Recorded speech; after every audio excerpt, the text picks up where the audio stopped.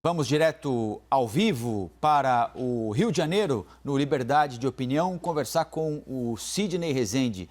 Sidney, boa quarta-feira para todos nós, na medida do possível, né? Estamos conversando e falando muito aqui na CNN a respeito dessa explosão lá em Beirute, uma imagem absurdamente trágica, né, com consequências ainda imprevisíveis para todo o país, do ponto de vista humanitário, sanitário, saúde pública, econômico.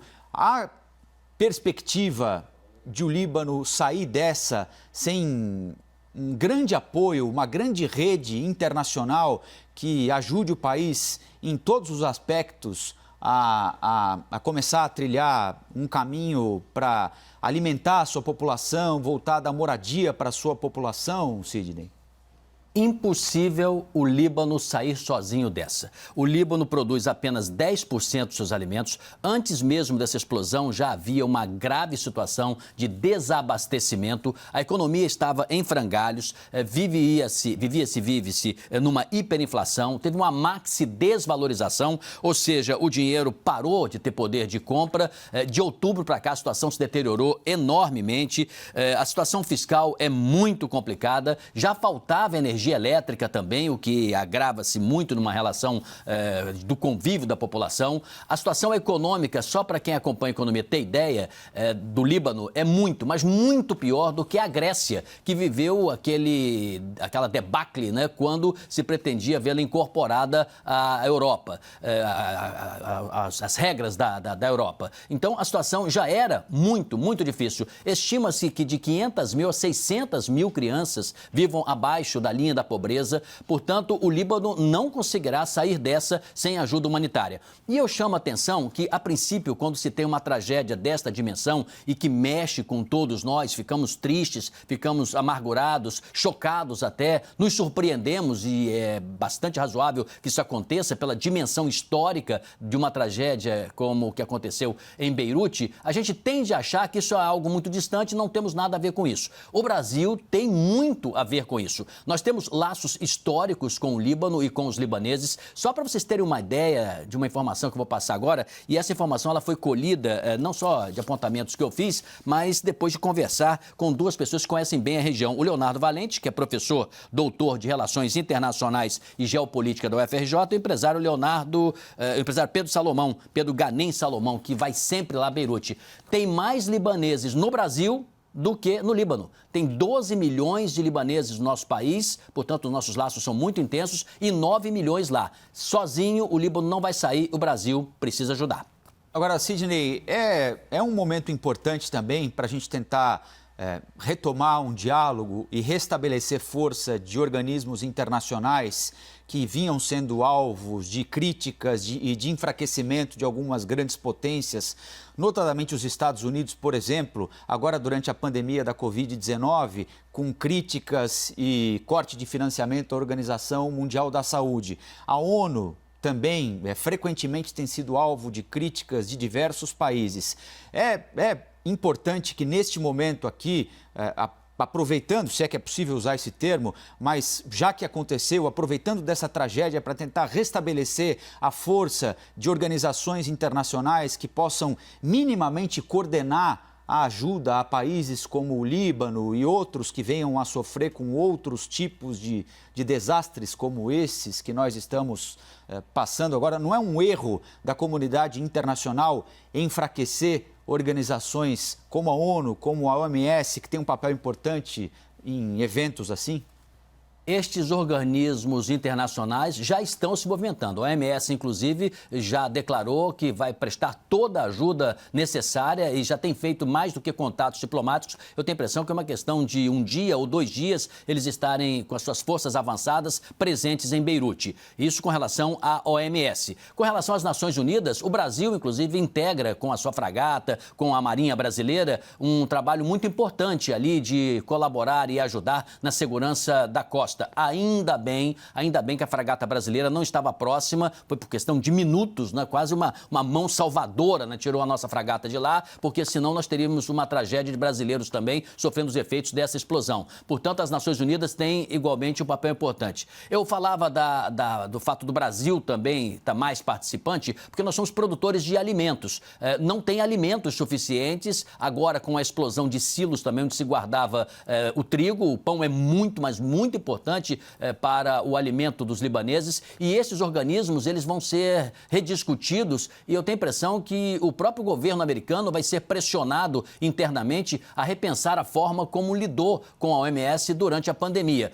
Diga-se de passagem que o coronavírus acomete também, não só no Líbano, como em região próxima. Eles estavam em lockdown justamente para tentar impedir um problema a mais, porque há um colapso do sistema de saúde. O sistema de saúde libanês é muito pior do que o nosso. E agora os hospitais estão completamente lotados. Sim, precisamos rever, pressionar. O Brasil é um país muito importante nessa hora e ele deve hipotecar todo o apoio ao fortalecimento desses organismos internacionais. Quando chega-se lá Médicos Sem Fronteira, quando chega-se médicos e enfermeiros e profissionais de saúde da Cruz Vermelha, essas organizações não governamentais, com organismos que são representativos dos países mais importantes do mundo, têm um papel absolutamente vital. Hoje, nós estamos precisando socorrer o Líbano. Não sabemos se amanhã o Brasil, numa tragédia qualquer que possa ocorrer, possa precisar desses organismos. Desorganizá-los é você jogar contra o patrimônio. Nós que amamos futebol, é como se um zagueiro devolvesse a bola de forma perigosa e o atacante, no caso aqui a tragédia, marcasse um gol contra nós. Não é uma maneira inteligente e não é justa com o mundo desorganizar os organismos internacionais. O Cid lembrou essa fragata da Marinha Brasileira que estava ali na costa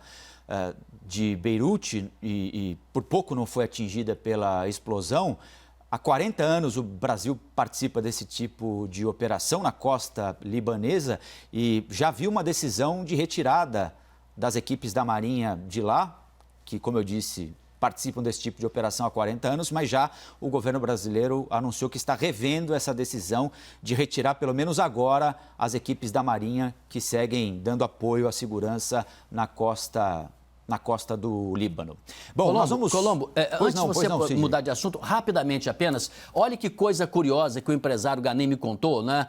E eu quero repetir aqui e conversar com você. É muito comum, por ser uma área turística, né? Beirute recebe muitos estrangeiros. Apesar de viver ao norte, nos seus limites lá de fronteira com a Síria está destruída, e ao sul com Israel, que é um inimigo, mas Beirute é considerada por muitos como se fosse assim, a Paris do Oriente, né? E até o empresário conversou comigo, ele me disse assim, seja, a impressão que eu tenho é que lá é como se fosse Berlim, só para você ter uma ideia, é uma cidade europeia, né? E quando ele pegou uma condução, disse que o motorista perguntou, onde você é? Eu sou brasileiro, né? Disse assim, você mora onde? Eu moro no Rio de Janeiro e tal. E ele, o motorista muito bem informado sobre o Brasil, sobre outras capitais também, ele disse, puxa, mas deve ser muito perigoso viver lá e tal. O que eu quero dizer com isso? Eles acham que é muito perigosa a nossa vida urbana, talvez não estejam errados, mas tem uma dimensão muito, talvez pior do que seja, e nós também achamos que no caso lá de Beirute, do Líbano em geral, é um quadro de completa destruição e insegurança. É do ponto de vista econômico, mas é um pouco diferente. Então é uma cidade, Beirute sempre foi uma cidade turística que recebia muita gente, tem hotéis 6 estrelas, tem um comércio como se fosse até um comércio de fato parisiense, né, com lojas de grifes e tal.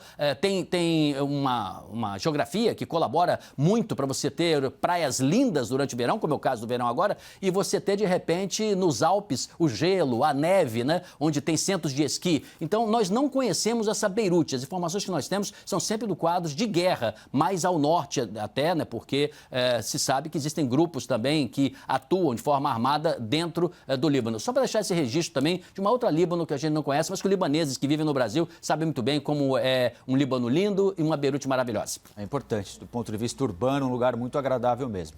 Bom, vamos falar dos nossos problemas aqui, que felizmente são muito menores, né, do que os que o Líbano está atravessando neste momento aqui. O Congresso Nacional considera prorrogar o decreto de calamidade pública ocasionado pela pandemia da Covid-19. Essa prorrogação permitiria o aumento de gastos e o descumprimento da chamada regra de ouro, que impede o endividamento para o pagamento de despesas correntes, como salários, por exemplo. Qual é a sua avaliação sobre a prorrogação desse decreto de calamidade pública, hein, Sidney?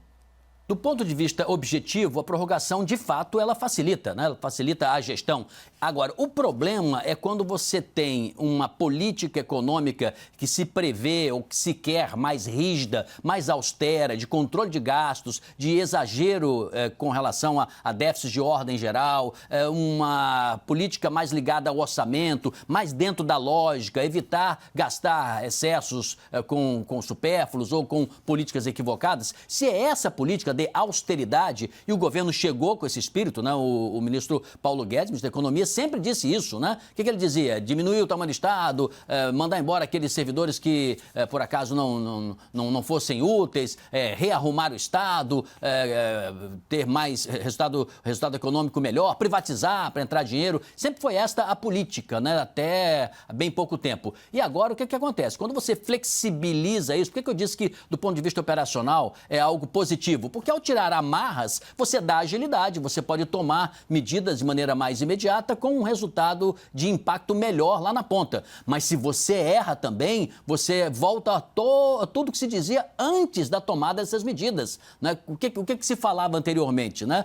Vamos evitar gastar, vamos ser rígidos nos próximos anos para que o Brasil entre nos eixos. Isso tudo acaba indo para o espaço. Eu tenho sempre reforçado aqui nos comentários que nós temos hoje um controle e administração da economia completamente diferente do que tínhamos há 2 anos, já no início ali do governo Bolsonaro. Então, nós temos uma outra coisa.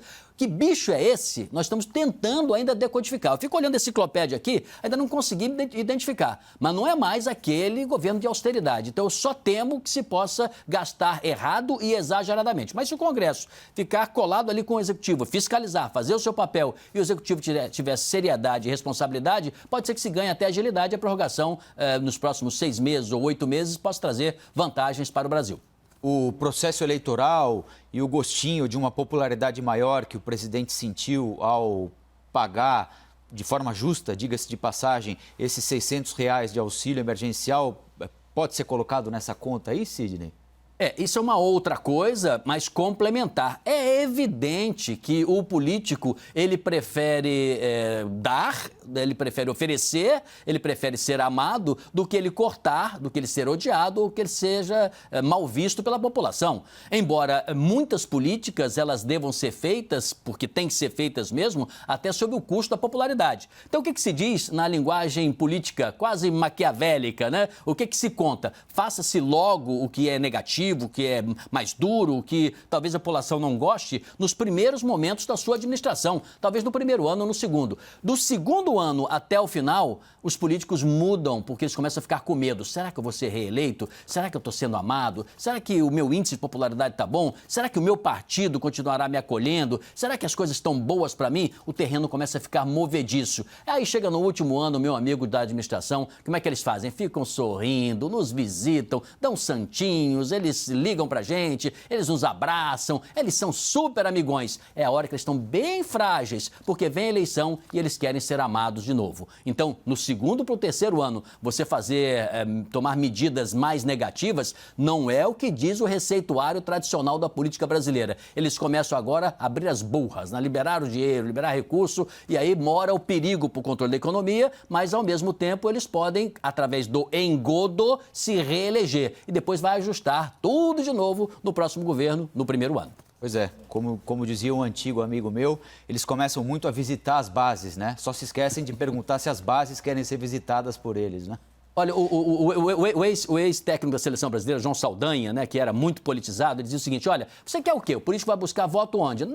Junto à população, tá tudo certo. O problema não está na busca do voto, tá quando ele recebe o voto e ele desaparece. Esse é que é o problema. Eles só chegam numa determinada parte do ano e normalmente pré-eleitoral. Depois eles somem da sua vida e fazem a vida deles e nem sempre de maneira lícita e correta.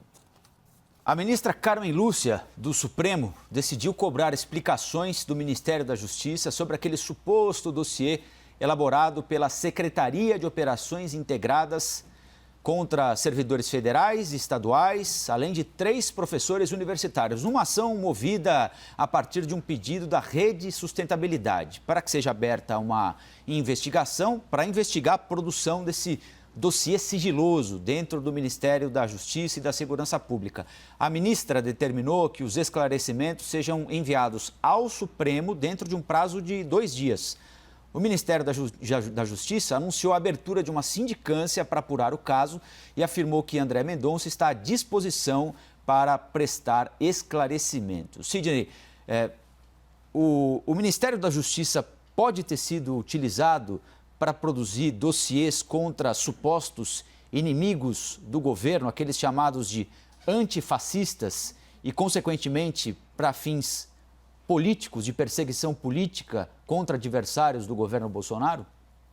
O ministro da Justiça, André Mendonça, diz que ele não sabia, não determinou e, por isso, ele teve como o gesto dias depois, o ato, de afastar o responsável pelo grupo. Grupo que ele trouxe, inclusive. Ele trouxe, se eu não estou enganado, 11 colaboradores, substituiu os profissionais que lá estavam, ainda à época, por indicação do ex-ministro Moro, Sérgio Moro. Ele, portanto, está demonstrando que não soubesse. Vamos à gravidade disso. Primeiro, se ele sabia e está dizendo que não sabia, é gravíssimo e ele certamente vai ter dificuldades para explicar e poderá até ter seu nome fora da possibilidade de amanhã ser um ministro do Supremo Tribunal Federal, porque a volta do Estado policial tem que ser absolutamente condenada. É um absurdo a criação de dossiês contra adversários, quiçá contra amigos, contra qualquer pessoa. Não é esse o papel dos serviços de inteligência do Estado, preparar documentos, ainda mais de ordem ideológica como esse. Ou seja, se você está tentando se perseguir ou levantar dados de quem é antifascista, significa o quê? Que você está liberando, então, a ação dos fascistas? É grave pelo segundo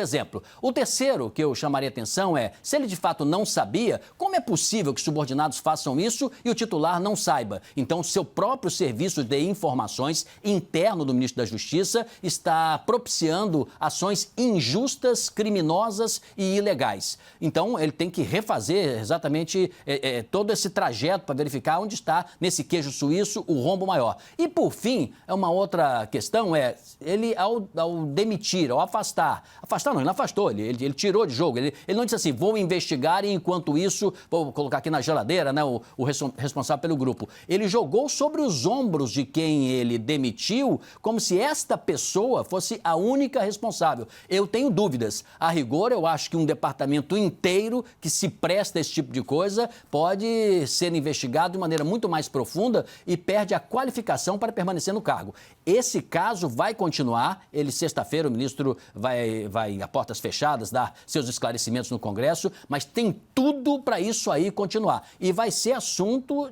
sem dúvida alguma, da sucessão, não só municipal, como presidencial mais adiante. A volta do Estado policial numa democracia, nós temos que rechaçar como pessoas preocupadas com a democracia e com o nosso país. É um absurdo. Você acha possível que alguma coisa assim, dessa gravidade, se for verdade mesmo, possa acontecer sem o conhecimento do ministro da Justiça, Sidney?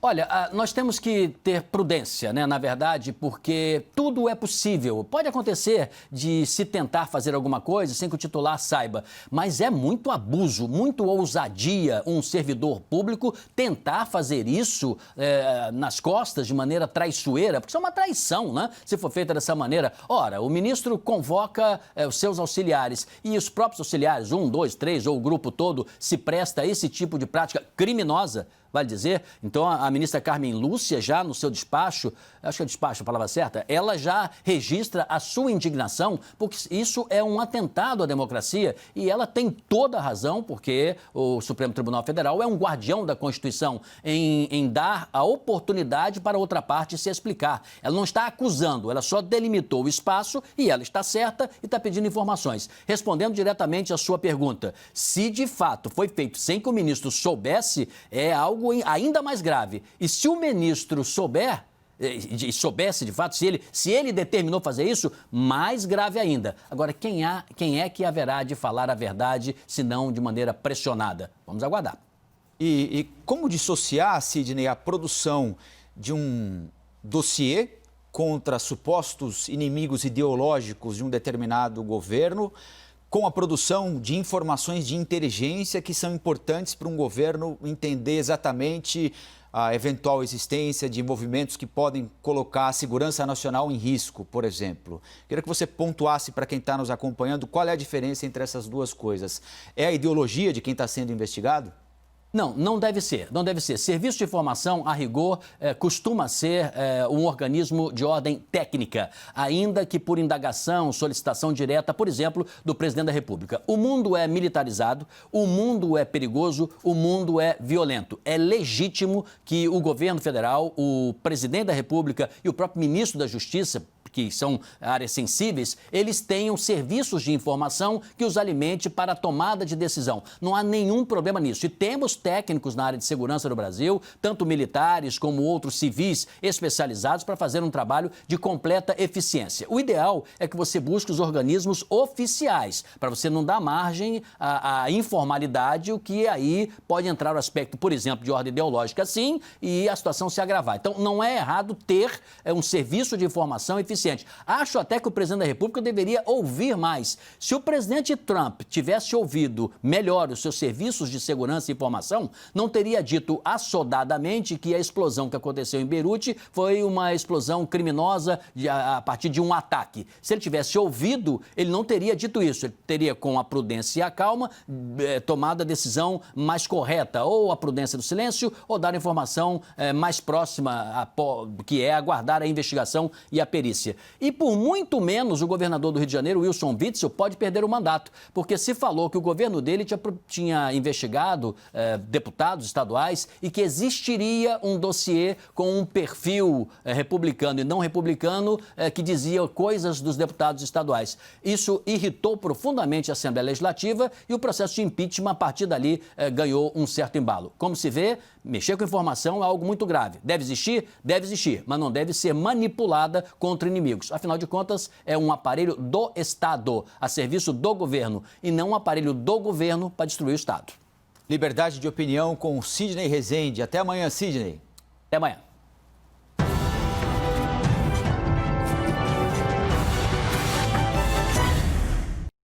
As opiniões emitidas pelos comentaristas do quadro não refletem necessariamente a posição da CNN.